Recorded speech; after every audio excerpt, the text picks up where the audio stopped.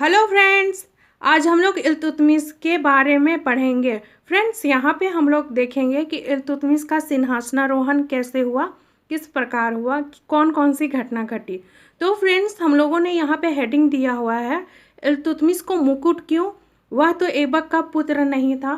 Friends, हम लोग जानते हैं कि गुलाम वंश के संस्थापक कुतुबुद्दीन ऐबक थे। तो उनके जो पुत्र थे आराम शाह, तो उनको सिंहासन क्यों नहीं मिला और इल्तुतमिश को क्यों मिला।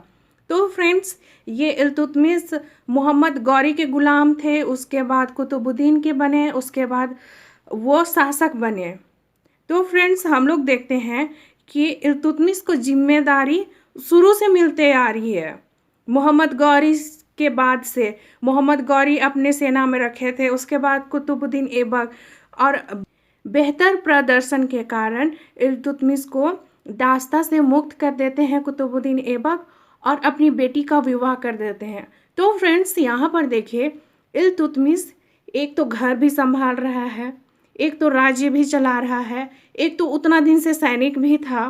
तो उसके कंपैरिजन में, उसके तुलना में आराम सा तो कुछ नहीं कर रहा था।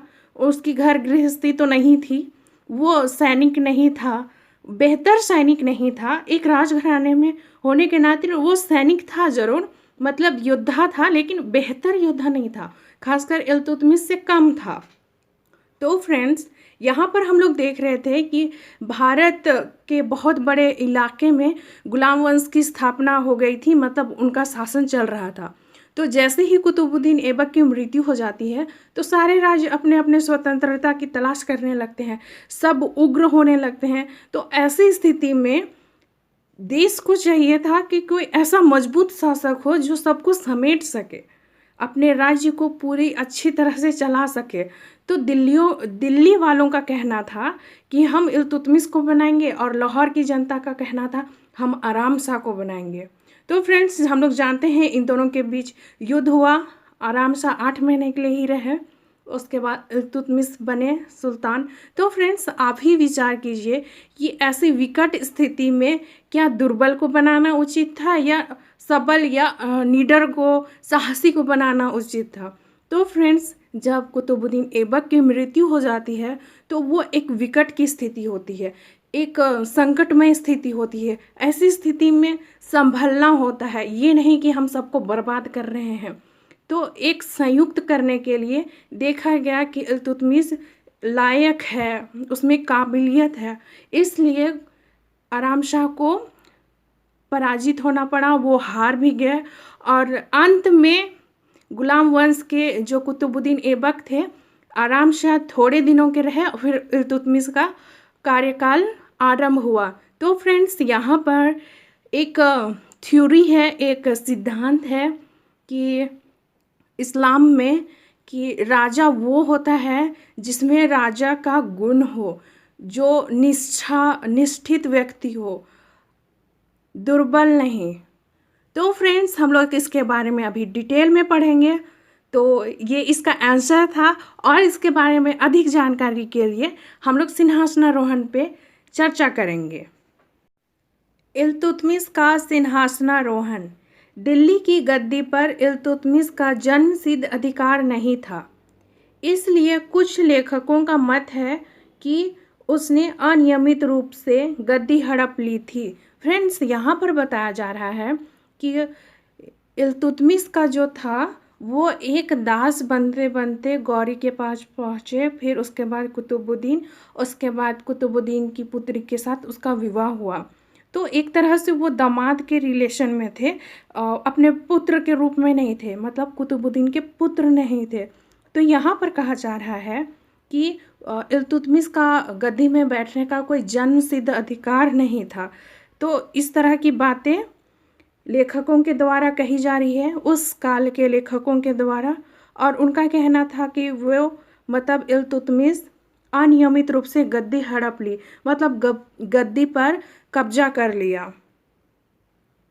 किंतु वास्तव में यह गलत है। फ्रेंड्स, यहाँ पर बताया जा रहा है कि ऐसा कुछ नहीं है, ये उस समय के लेखकों का कथन गलत है। गद्दी हड़पने का तो कोई प्रश्न ही नहीं उठता, क्योंकि उस समय देश में कोई एक संयुक्त तुर्की साम्राज्य था ही नहीं। फ्रेंड्स, यहाँ पर बताया जा रहा है कि गद्दी इल्तुतमिश ने नहीं हड़पा, क्योंकि गद्दी उस जगह की ना हड़पा जा सकता है जहाँ का शासन हो, जहाँ पर मजबूत शासन हो, मतलब कि एक संयुक्त क्षेत्र का एक लीडर हो, तो उसकी जगह पे ना कोई बैठ सकता है, उसको ना कोई हड़प सकता है। तो वो तो खुद ही 4 भागों में विभाजित था। हिंदुस्तान, जिसे तुर्कों ने हाल ही में जीता था, 4 स्वतंत्र राज्यों में विभक्त हो गया था। लाहौर, बदायूं, लखनौती तथा मुल्तानिया उच्च।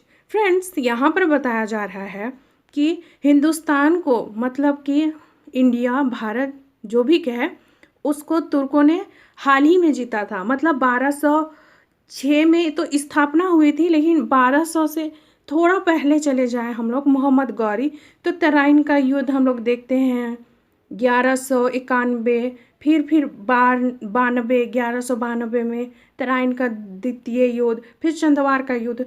तो ये हम लोग 1100 में देख रहे हैं, वो प्रवेश कर रहे हैं इंडिया में मोहम्मद गौरी लोग, मतलब तुर्क लोग। तो उसने हाल ही में जीता था। तो इससे 4, मतलब कि ये जो साम्राज्य था तुर्कों का, वो कुतुबुद्दीन ऐबक की मृत्यु के बाद 4 स्वतंत्र राज्यों में विभक्त हो गया था।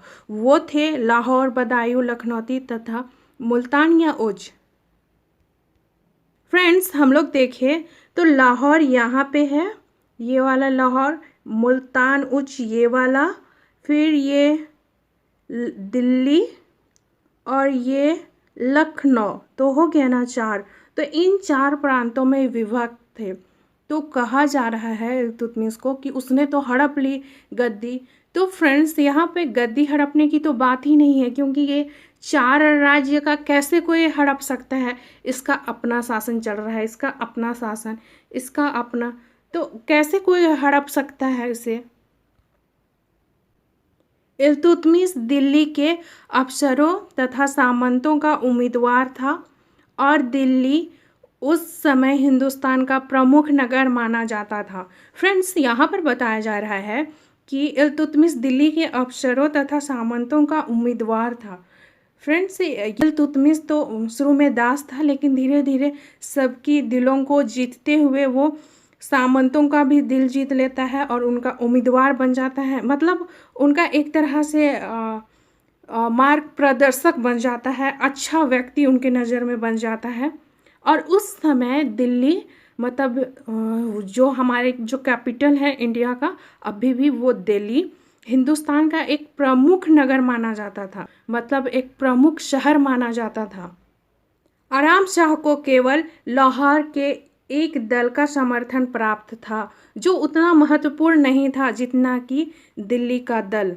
फ्रेंड्स, यहाँ पर बताया जा रहा है कि आराम शाह को लाहौर की जनता पसंद करती थी, और वो उतना इम्पॉर्टेंट भी नहीं थी, क्योंकि हम लोग देख रहे हैं, अगर इस मैप में हम लोग देखें, जो तुर्की साम्राज्य था, ये जो बाउंड्री है, ये वाला एरिया है। तो फ्रेंड्स, हम लोग देख रहे हैं लाहौर यहाँ पे है, तो राजधानी कहाँ पे रहे कि पूरा शासन आसानी से चल सके। तो डेफिनेटली हमें पता चल रहा है कि अगर यहाँ पे दिल्ली में रहे तो इधर जाना आसान होगा, और इधर भी हम लोग शासन कर सकते हैं। फ्रेंड्स, हम लोग अभी भी देखते हैं कि धीरे धीरे ये वाला जो इलाका है हम लोग का छूटता चला गया। तो अगर हम लोग यहाँ से शासन चलाएं लाहौर से, तो हम लोग को बंगाल पहुँचने में कितना दिन लग जाता, कब हम लोग वहाँ पे राजस्व वसूल करते। तो ये एक तरह से दिक्कत था। और बताया जा रहा है दिल्ली एक प्रमुख नगर था, मतलब कि फ्रेंड हमेशा, मतलब कोई ना कोई आना जाना रहा ही होगा, दिल्ली, बंगाल, लखनऊ, फिर उधर कलकत्ता चले जाएं हम लोग, तो ये एक रूट देता है। और यहाँ पे हम लोग का थोड़ा सा ना जोग्राफिकल जो कंडीशन है थोड़ा कमज़ोर है। यहाँ पे बहुत सारी नदियाँ हैं, और इधर खासकर उतने मतलब व्यापारिक केंद्र भी नहीं हुए। तो फ्रेंड्स, यही बताया जा रहा है कि दिल्ली का जो एरिया था वहाँ से शासन करना आसान होता है। फ्रेंड्स, हम लोग देखते हैं कभी कभी जो चीज़ हमें दिखाई नहीं देती दूर से भी, तो हम लोग थोड़ा ऊंचाई पे चढ़ते हैं। क्यों ऊंचाई पे चढ़ते हैं? ताकि वहाँ से अच्छा से दिखे। तो फ्रेंड्स यही बात है कि अगर आप दिल्ली में आके शासन करेंगे तो आपको अच्छा से शासन कर सकते हैं। उसी प्रकार अगर आप ऊंचाई से चढ़ के देखेंगे तो आपको अच्छा से दिखेगा। तो ये थोड़ा लॉजिक होता है, इसे समझना होता है। तो आराम से बाद में कहा भी गया था कि आप थोड़ा शासन छोड़ दीजिए, इल्तुतमिश को दे दीजिए, क्योंकि यहाँ की जनता इल्तुतमिश को चाह रही है। तो वो नहीं माने और अंत में उनका विनाश करना पड़ा इल्तुतमिश को, और सुल्तान बन गए इल्तुतमिश। तो एक ये मजबूरी रही थी इल्तुतमिश की। इल्तुतमिश योग्य सेना नायक था और व्यवहार कुशल शासक की हैसियत से अच्छी ख्याति प्राप्त कर चुका था। फ्रेंड्स यहाँ पर बताया जा रहा है इल्तुतमिश योग्य सेना नायक था, मतलब अच्छा सेना था, सेना का अच्छा लीडर था, और का व्यवहार कुशल शासक की हैसियत से, मतलब अच्छा बर्ताव वाले शासक की हैसियत से ख्याति मतलब प्रसिद्ध हो चुका था, लोगों के दिल जीत चुका था कि ये अच्छा शासक है, लोग इसे कहते थे। इल्तुतमिश सिंहासन पर बैठने के समय गुलाम भी नहीं था, क्योंकि बहुत पहले कुतुबुद्दीन से मुक्ति पत्र प्राप्त कर चुका था। फ्रेंड्स यहाँ पर बताया जा रहा है कि जब इल्तुतमिश, फ्रेंड्स हम लोगों ने पढ़ा कि इल्तुतमिश बचपन से स्लेव थे, दास थे, लेकिन यहाँ पे बताया जा रहा है कि वो जब सिंहासन पर बैठने वाले थे उस दौरान वो दासता से मुक्ति प्राप्त कर चुके थे। मतलब कि पहले ज़माने में दासता से मुक्ति पाने के लिए पत्र में थोड़ा बहुत लिखा पढ़ी हो जाती थी, उसके बाद लोग दासता से मुक्त हो जाते थे। तो फ्रेंड्स हम लोग जानते हैं कि कुतुबुद्दीन अपनी बेटी का विवाह इल्तुतमिश के साथ करा देते हैं।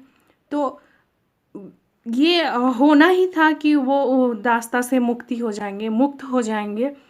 इल्तुतमिश उस समय गुलाम नहीं था, मुक्ति पत्र प्राप्त कर चुका था, उसमें योग्यता और कर्म निष्ठा थी, और वह कुतुबुद्दीन से भी अधिक गंभीर, धार्मिक तथा संयमी था।